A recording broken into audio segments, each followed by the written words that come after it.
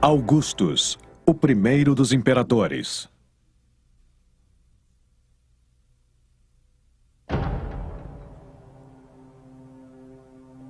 Ele cresceu à sombra de Júlio César e acabou se tornando ainda maior que o próprio. De uma juventude na Roma em guerra civil e anarquia, a era dourada de paz e prosperidade. Com ideais de igualdade, ele se tornou Augustus, o primeiro dos imperadores.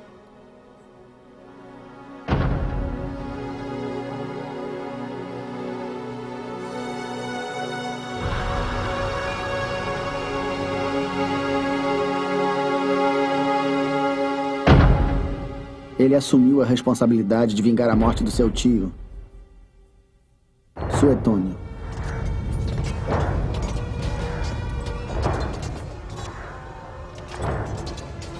Em março de 44 a.C., Roma era um caos. O ditador Júlio César tinha sido assassinado. Foi esfaqueado até a morte por aqueles que considerava aliados ou até mesmo amigos. Republicanos que acreditavam em líderes eleitos não aceitavam as regras de um ditador ou rei.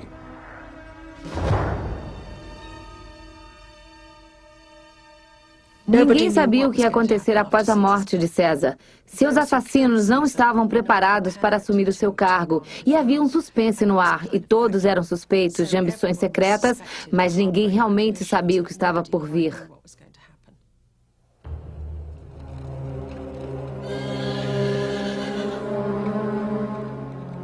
Na principal praça pública de Roma, o Fórum, o testamento de César foi lido por seu fiel braço direito, Marco Antônio. No testamento, ele deixou presentes para os cidadãos de Roma e passou seus bens e o nome da família para seu parente mais próximo, seu sobrinho neto, Otávio. Sua família era de pequenos proprietários rurais das redondezas de Roma. E o jovem de 19 anos era pouco conhecido entre a multidão que se aglomerou à volta de Marco Antônio. Otávio havia passado um verão na Ibéria, em campanha com o tio-avô, e depois foi mandado para o leste, para a Grécia. E foi lá que soube do assassinato de César e de sua herança. Sua mãe lhe escreveu implorando para que não se envolvesse com a política assassina da capital. Mas o adolescente ignorou as preocupações da mãe e partiu para Roma. Imagine a situação. Ele fica sabendo do assassinato de César, descobre que é o herdeiro principal e percebe que, se ele não arriscar, ele vai ser assassinado ou totalmente esquecido. Foi preciso muita coragem, bravura e talvez até um pouco de ignorância arriscar tanto com tão pouca chance de sucesso. Ele realmente arriscou. Na realidade, eu acho que foi uma grande ingenuidade. Ao retornar, Otávio descobre que Marco Antônio havia assumido o comando. Os assassinos de César haviam fugido de Roma e Marco Antônio foi eleito um dos 2 cônsules do Senado. Mas muitos senadores republicanos temiam que Antônio aspirasse o poder absoluto da ditadura. A ambição de Antônio é muito clara: assumir a posição de César. Primeiro, sua ambição é se tornar o mais parecido com César quanto possível e dividir o poder. Mas a competição é grande. E aí, quando matam César, ele quer ser o novo César.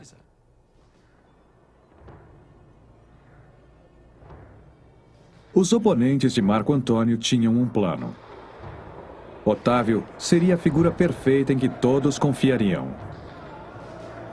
A popularidade do seu tio-avô e o exército protegeriam a República das ambições de Marco Antônio. Conforme o líder do Senado deixou bem claro, assim que a República fosse restabelecida, o jovem Otávio poderia ser dispensado. Idolatre-o, honre-o e livre-se dele. Cícero. Os senadores de meia-idade logo descobriram que haviam subestimado o jovem adolescente.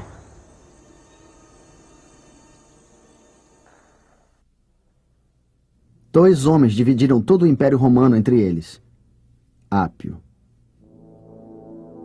Otávio aceitou a herança do tio-avô e adotou o nome Gaio Júlio César Otaviano.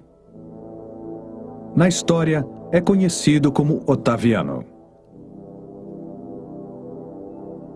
Otaviano prometeu ao Senado que usaria o poder que o nome de César tinha para proteger Roma de futuras anarquias e ditaduras.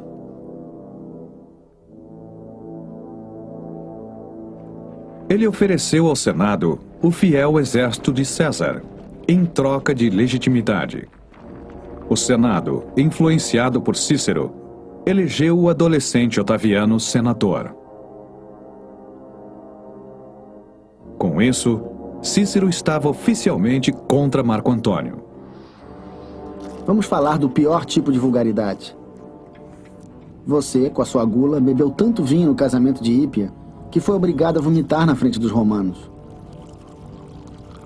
Já seria péssimo apenas regurgitar, mas ele vomitou e ficou com o colo cheio de pedaços de comida regados a vinho. Cícero.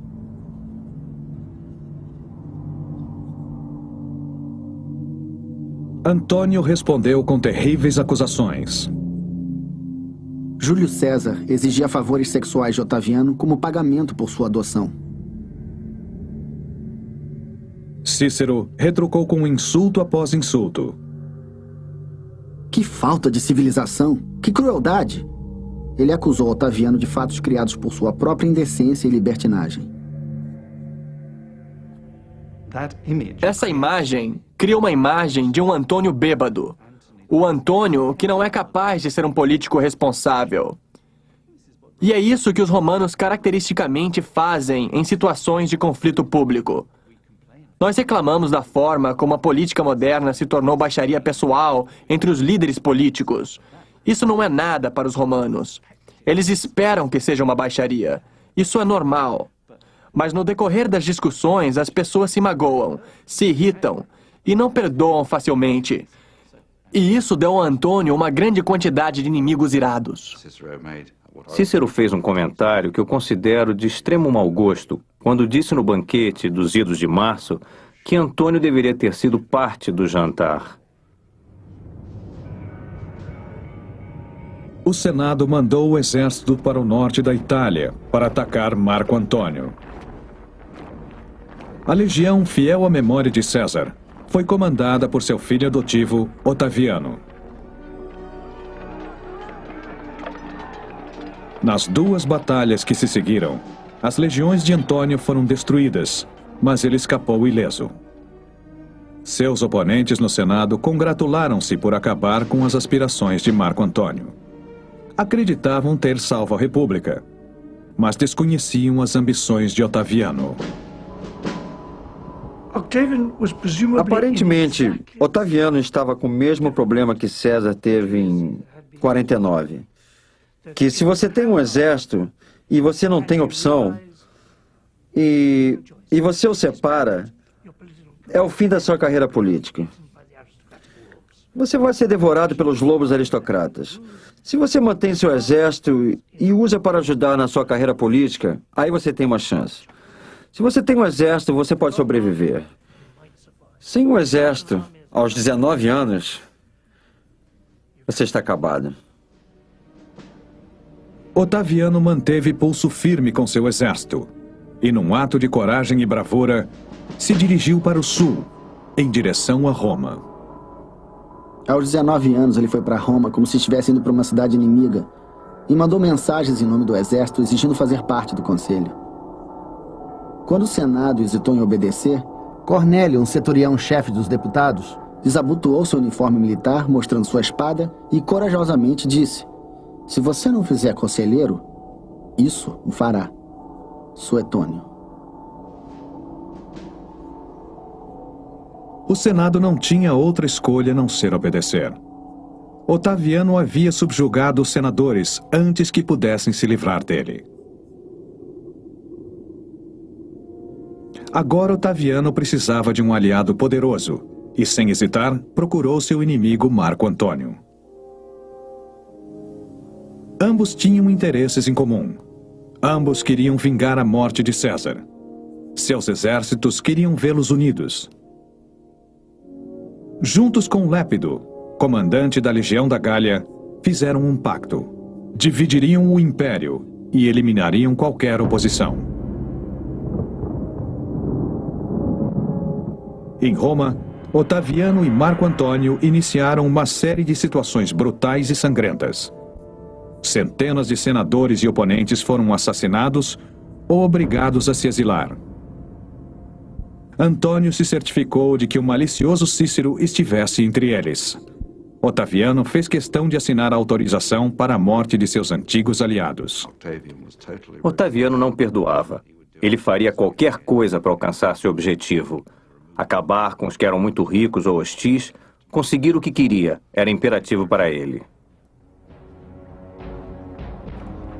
Com o objetivo de vingar a morte de César, Otaviano e Marco Antônio viajaram para a Grécia. Na Batalha de Filipe, lutaram contra os assassinos, homens como Brutus e Cássio, e foi uma vingança sanguinária. Otaviano e Antônio rapidamente tiraram o fraco Lépido do caminho e dividiram o império entre eles. Antônio ficou com as ricas províncias do leste, ricas em oportunidades de expansão militar. Otaviano ficou com o oeste. Ambos sabiam que estava prestes a chegar o dia em que lutariam entre si.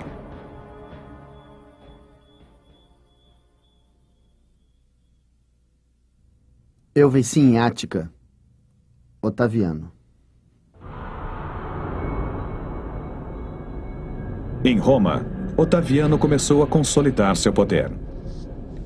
Em 39 a.C., ele se casou com a bem-nascida Escribônia, mas se cansou dela bem depressa. Apesar do poder político das conexões que ela tinha, logo após o nascimento de sua filha Júlia, ele terminou o casamento. Eu a divorciei porque ela reclamava demais, Otaviano.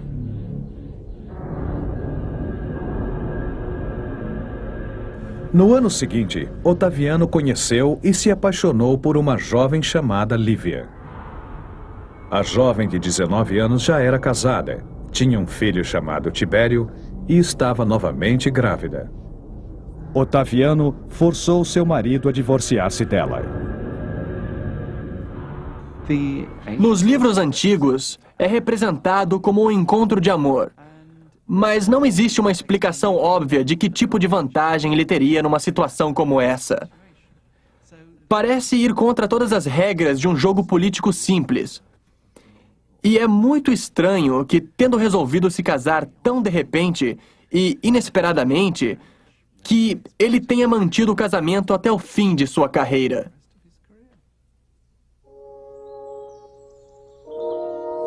O casamento também serviu para melhorar suas então estremecidas relações com Antônio. Ele lhe deu a mão da sua amada irmã Otávia, que deixou Roma para morar com Antônio em Atenas. Mas Antônio não tinha tempo para Otávia. Ele se apaixonara por Cleópatra, a rainha do Egito. Ela era rica, sensual e intrigante. Ela viu Antônio como novo líder romano, e assim como antes havia seduzido Júlio César, agora seduziria Antônio. A paixão ardente também alimentava ambições políticas. Cleópatra queria que o exército de Antônio a ajudasse a construir um novo império centrado no Egito. Antônio percebeu que poderia usar a fortuna dela para segurar Otaviano. Antônio despachou uma Otávia humilhada de volta a Roma e, sem divorciar-se dela, casou-se com Cleópatra. Talvez tenha sido porque Antônio se aliou a Cleópatra, uma mulher estrangeira, que Otaviano foi capaz de usar a sua fortuna de uma forma que ele assegurou o apoio da maioridade no Senado de Roma. Foi essa aliança com uma estrangeira que virou o jogo em favor de Otaviano. Otaviano se enfureceu ainda mais quando Antônio declarou que Cesário, o filho ilegítimo de Cleópatra e César, era o verdadeiro herdeiro do nome e da fortuna de César. Em Roma, Otaviano começou uma campanha contra Antônio. Quem não se enfureceria ao ouvir e ver no que Antônio se tornara? Agora ele abandonara completamente seu estilo de vida ancestral, aderiu a costumes estrangeiros e bárbaros, se recusava a honrar a nós, seus conterrâneos, nossas leis e nossos deuses. Ou ele está cego ou ele está louco. E ouvi dizer que ele foi enfeitiçado por aquela mulher. Sendo assim, ele não mais será considerado um cidadão romano, e sim um egípcio. Otaviano.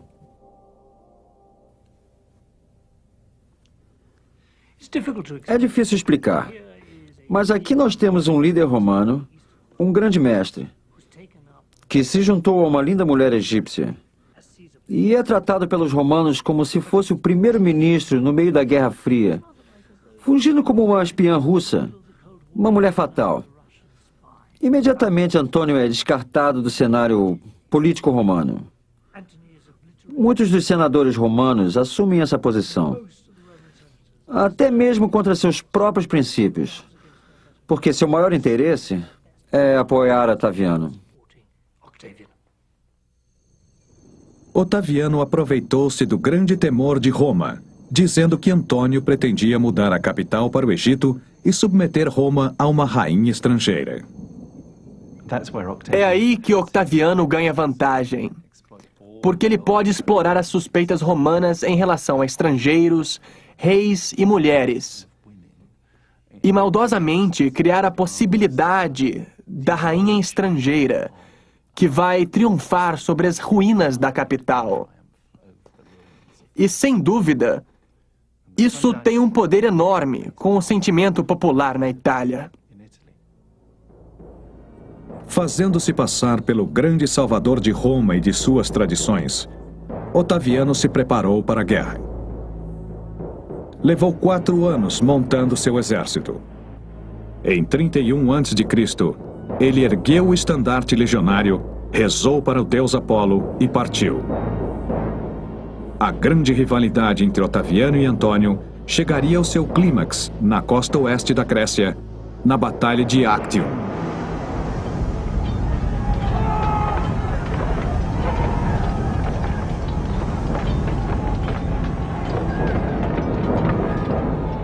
No centro, podia-se ver as tropas, em bronze, em posição de guerra.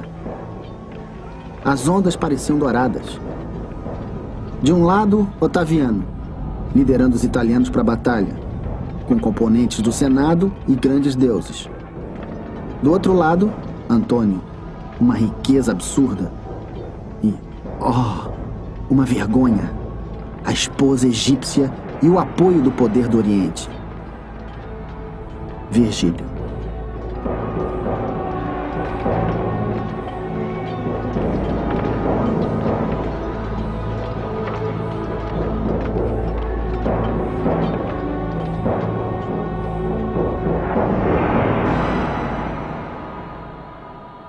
Agripa, o grande general de Otaviano, ganhou a batalha naval, mas a um grande custo. As águas da região ática foram manchadas com sangue romano. Sêneca. Muitos líderes de Roma e da Itália que apoiavam Antônio pereceram.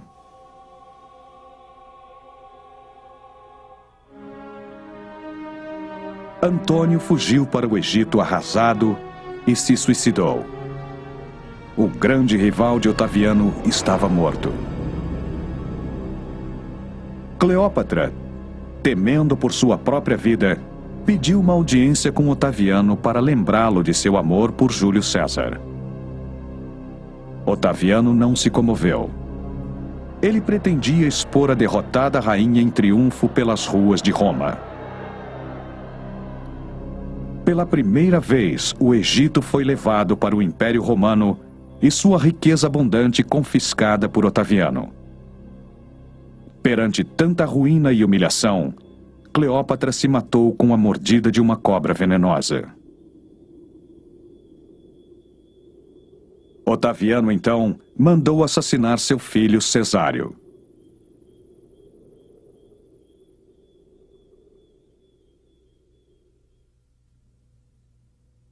Um mundo cansado pela guerra civil sucumbiu ao seu controle. Tácito. Aos 33 anos, Otaviano voltou a Roma. Eu acho que nem em 31 a.C., quando ele se tornou líder absoluto de Roma, ele poderia prever o que aconteceria. O que ele sabia com certeza é que, se ele ostensivamente assumisse um poder monárquico, suas chances de ser assassinado seriam as mesmas de Júlio César. Ele sabia que tinha que ser cuidadoso e cauteloso, equilibrando forças com a aristocracia romana. Otaviano vivia um constante dilema: como ser o líder soberano e sobreviver? O grande conflito é que ele disse que estava salvando Roma de seu opressor. Antônio é o opressor, Antônio é o tirano. Ele manipulou a situação de forma que, ao invés dele ter a mesma imagem de César, sendo o tirano de Roma, ele é o libertador. Ele é o Brutus livrando Roma da tirania. Mas é claro que, para livrar Roma dos tiranos, ele se tornou um tirano. Como resolver esse conflito? Como ele pode ser o amigo de todos, o salvador de todos, e não ser o homem diabólico que monopolizou o poder?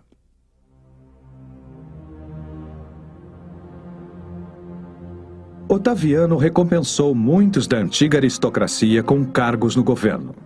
Com a riqueza do Egito, promoveu jogos requintados e distribuiu favores. Mas alguns perceberam o que estava ocorrendo. Ele comprou o exército com presentes, as pessoas comuns com comida barata e a todos com seus discursos de paz. Muitos homens morreram no campo de batalha. Os que ficaram foram premiados com riqueza e cargos proporcionais à sua aceitação e servidão. Tácito.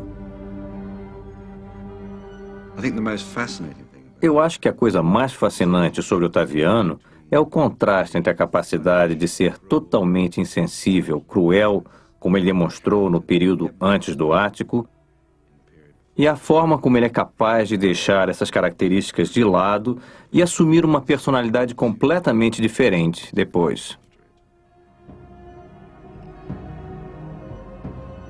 Depois de um século de guerra civil e ditadura, Otaviano sabia que o povo romano queria um homem de paz e estável, que respeitasse os valores republicanos. Se era isso que eles queriam, essa seria a imagem de Otaviano. Roma não estava pronta para a ditadura, ou para a monarquia, ou para o império. E ele desenvolveu um equilíbrio onde as pessoas acreditavam que eles ainda tinham uma certa estrutura republicana, mas ao mesmo tempo com um único homem no poder. Apenas 4 anos após Ática, ele fez uma manobra política espetacular. Ofereceu entregar o poder de volta ao Senado. O fato de que eu tenho o poder de liderar vocês para sempre é evidente. Mas eu tenho uma natureza tranquila e nenhum desejo de domínio. Do poder que eu tenho agora, eu abro mão. Permitam que eu viva a minha vida em paz. Foi uma grande manobra. O Senado, surpreso com sua atitude, temia outra guerra civil. Eles não tinham outra opção a não ser recusar sua resignação e, exatamente como Otávio pretendia, lhe deram ainda mais poder. A liderança de um homem só era a única solução possível para um país naquele estado. Tácito. O que aconteceu em 27 foi que ele fingiu renunciar ao poder. Ele disse: "Vocês querem que eu renuncie?" E eles imediatamente, talvez pela memória da guerra civil ainda muito recente, parte por saber o risco que corriam, disseram, não, seja o nosso líder. E ele então recebeu o título de Princeps, Primus Inter Pares. O título de Princeps permitiu com que Otaviano não chamasse a si mesmo de ditador, mas atrás da fachada de igualdade, Otaviano cada vez mais consolidava o poder absoluto. Otaviano resolveu estreitar seus laços com os militares. Como comandante-chefe do exército, ele fez da guarda de elite de Pretória sua segurança pessoal. Os comandantes das 28 legiões estavam restritos a um mandato de 2 anos para evitar maiores aspirações políticas. Por precaução, os governadores e generais das províncias onde as legiões se instalavam eram selecionados pela família e pelos amigos de Otaviano. O objetivo real desse esquema era que os senadores ficassem desarmados e despreparados em caso de guerra, enquanto ele possuía armas e controlava as tropas. Cássio. Em Roma, Otaviano se certificou de que teria o apoio popular. Ele iniciou trabalhos públicos, limpou o rio Tibre, melhorou a qualidade da água, criou grupos de combate a incêndios. Acima de tudo, começou uma vasta campanha de construção.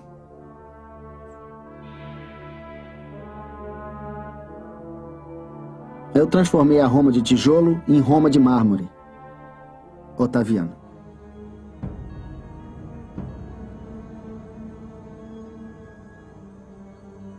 Em 5 anos, as lembranças da guerra civil desapareceram.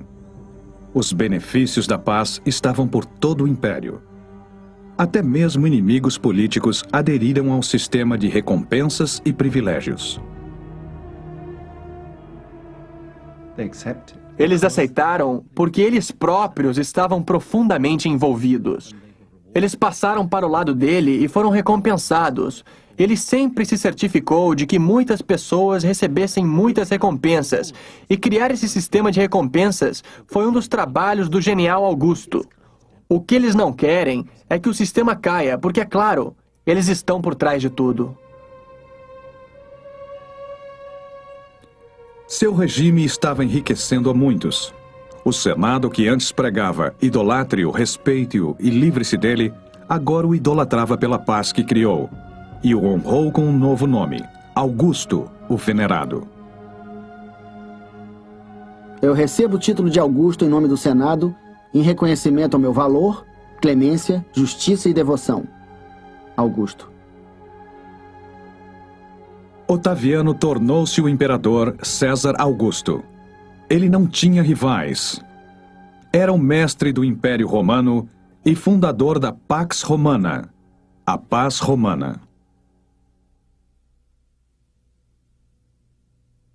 Eu restaurei, eu completei, eu construí, eu dei. Augusto. Augusto exigia fidelidade absoluta. Em troca, proporcionava paz, estabilidade, lei e segurança para todos os cidadãos. Roma, sob o comando dos imperadores e de Augusto, se beneficiou da prosperidade como nunca. Basicamente, tinha mais dinheiro disponível, os impostos estavam indo para Roma, Roma estava crescendo. Roma começou a se expandir no reinado de Augusto como nunca tinha antes. Era o primeiro passo de uma jornada de 2 séculos de muita prosperidade. Após décadas de uma guerra civil destruidora, as províncias de Roma se beneficiavam com a Pax Romana. Novas cidades, aquedutos, teatros, banhos públicos, ruas e pontes eram fornecidos pelo Império. O comércio prosperava e a agricultura se desenvolvia. Ele ficou conhecido como o grande restaurador da normalidade, o reestruturador da sociedade. e melhorou a vida de muitos cidadãos do Império Romano. Ele possibilitou a volta do cidadão ao campo ou ao que quer que estivesse disponível para eles.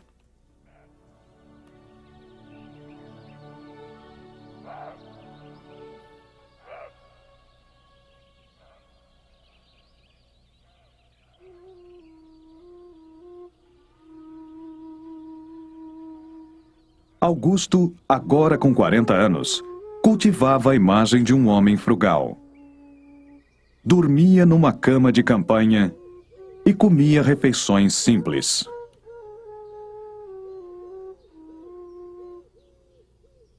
Ele era frugal. Sempre preferia a comida das pessoas comuns, principalmente o pão branco com queijo e figos verdes. Suetônio.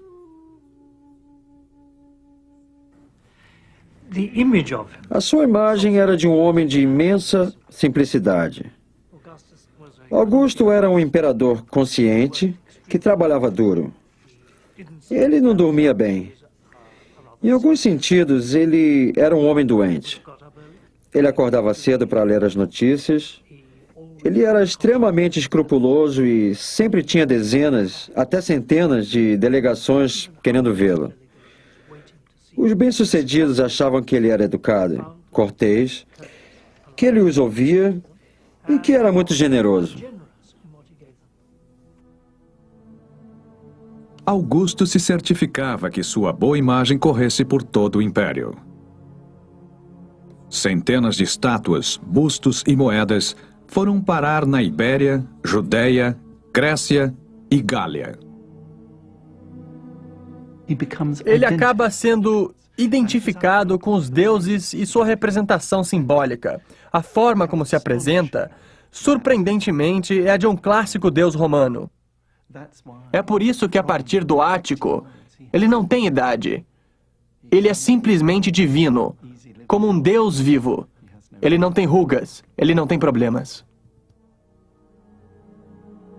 A imagem era parte do seu teatro, mostrando seu poder e escondendo a realidade da chegada da meia-idade.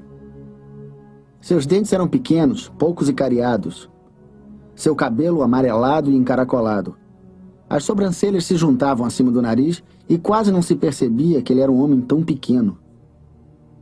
Suetônio.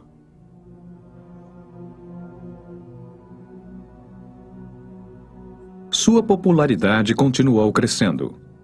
Um mês do verão foi batizado em sua homenagem, agosto.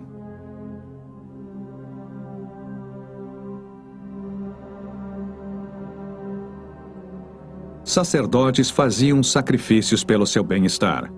A saúde de Augusto e do Império se tornaram sinônimos.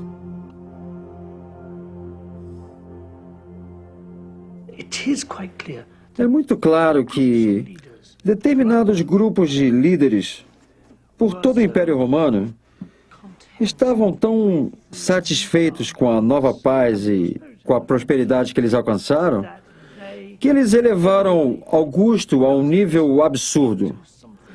Um deus. E isso era uma grande novidade dentro da religião romana. Os grandes poetas Horácio e Virgílio estavam encarregados de cantar os méritos do seu imperador. O grande César devolveu à terra suas plantações, acabou com a criminalidade, trouxe de volta antigos costumes que o homem italiano tanto prezava, e a fama e dignidade do nosso domínio acabou se espalhando por toda parte. Horácio.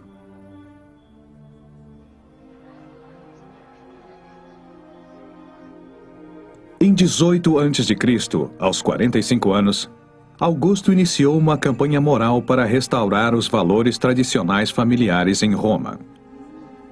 Incentivos financeiros encorajaram os cidadãos a casarem e terem filhos. O divórcio ficou mais difícil. Pagava-se multa por adultério. É através de homens que vivem suas vidas assim que os romanos do futuro se tornarão pessoas poderosas. É imperativo que o resto do mundo lhes obedeça, pois deve haver uma raça influenciada por vocês. Augusto. Mas por trás da máscara da moralidade, existia pura hipocrisia. Nem mesmo seus amigos podiam negar que ele cometia adultério. Mas é claro que eles justificavam dizendo que eram por razões de Estado e não simplesmente por paixão.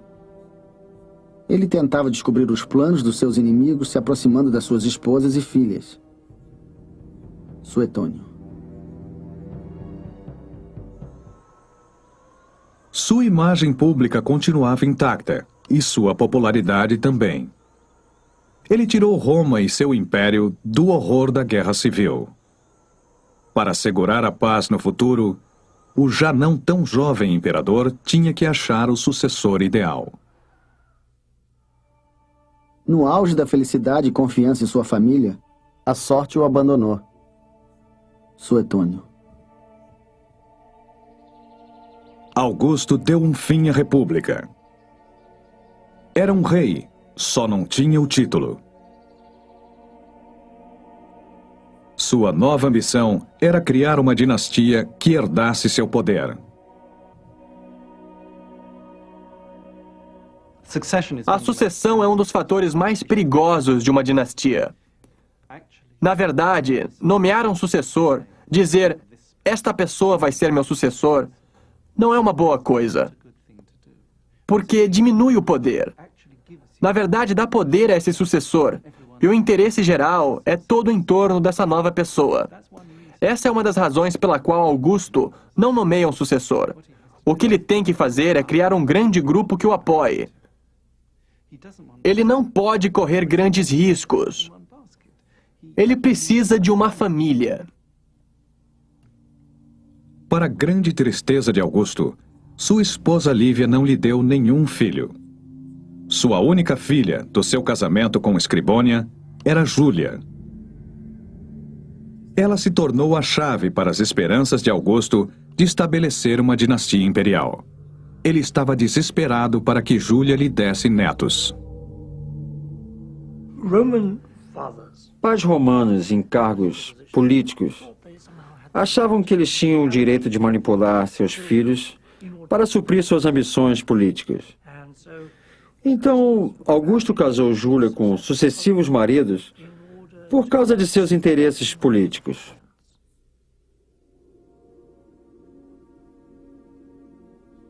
O primeiro marido de Júlia morreu antes que tivessem filhos.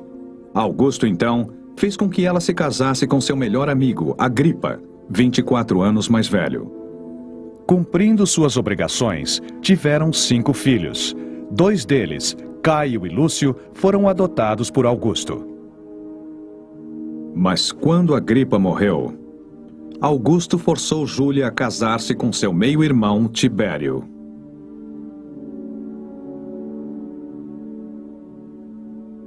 Júlia finalmente se rebelou e desgraçou seu pai.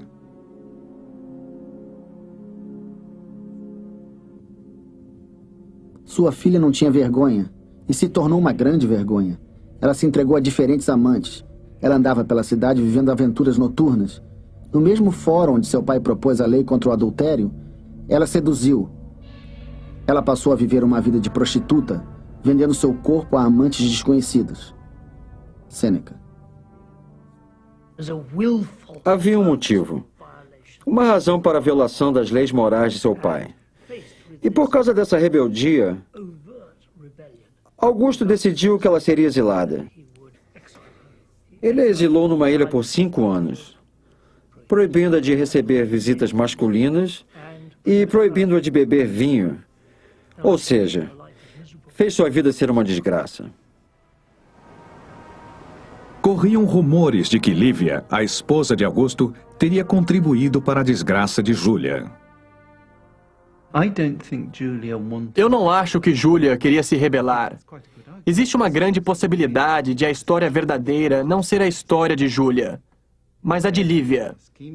Que Lívia armou tudo para arruinar Júlia e seus filhos, para levar seu filho Tibério ao poder. E eu acho que esse é um ponto de vista bem plausível, que a razão para a ruína de Júlia é que Lívia vai a Augusto e diz: eu preciso falar com você sobre sua filha. ela tem feito algumas coisas das quais você precisa saber. Ela tem participado de orgias no fórum e, francamente, é péssimo para você. E por aí vai. Mais tragédias pessoais marcariam os últimos anos de Augusto. Muitos achavam que seus netos favoritos, Gaio e Lúcio, seriam seus sucessores. Mas ambos morreram cedo. Augusto, para quem a sorte sempre sorriu, agora, aos 66 anos, estava arrasado. Sua saúde começou a piorar. No inverno, ele usava 4 túnicas e um grande camisolão de lã por cima de uma camiseta. O indicador da sua mão direita estava tão dormente e tremendo que ele quase não conseguia segurar o bico de pena. Suetônio.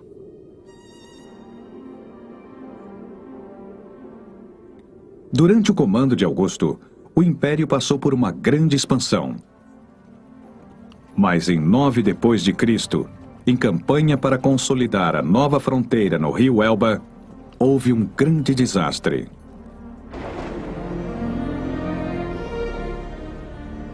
Na umidade e escuridão da floresta, 3 legiões foram atacadas por tribos germânicas e aniquiladas.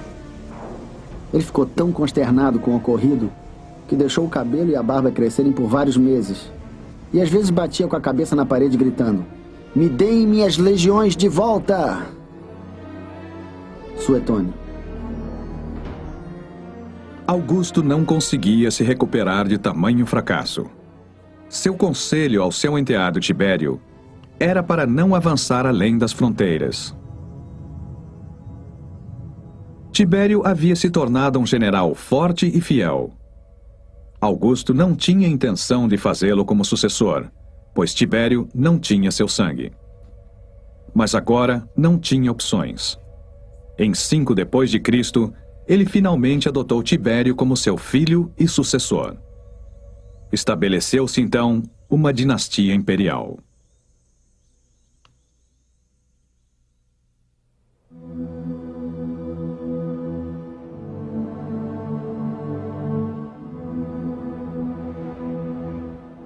A imortalidade é um estado que não está ao nosso alcance.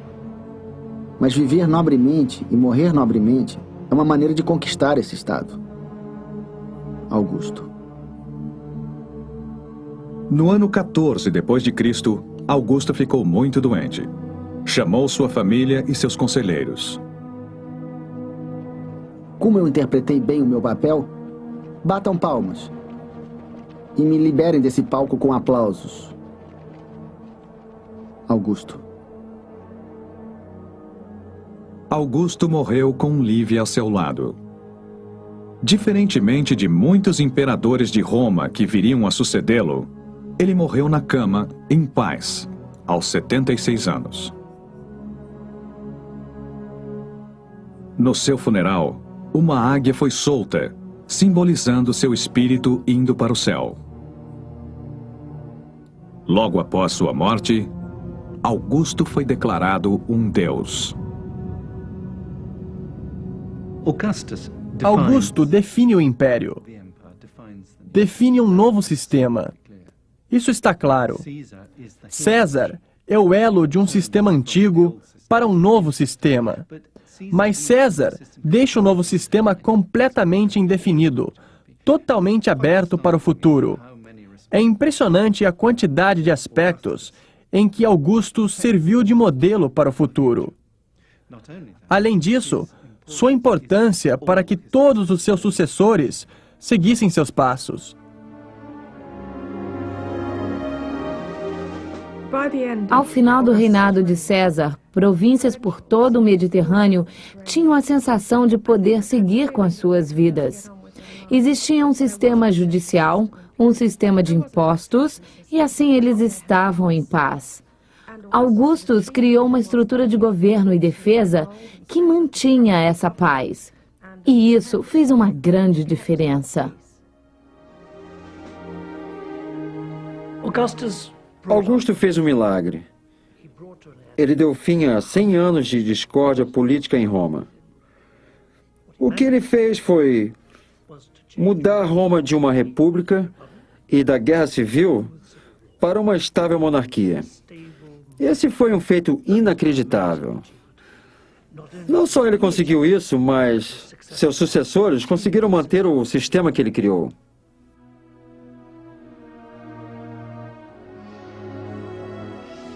A nova ordem criada no reino de Augusto duraria séculos. Mas a fortuna da sua família imperial estava menos segura. Entre seus sucessores imediatos estavam 2 imperadores romanos mais notáveis, Calígula e Nero. Em comparação, todos olhariam para trás, para o primeiro dos imperadores como o melhor.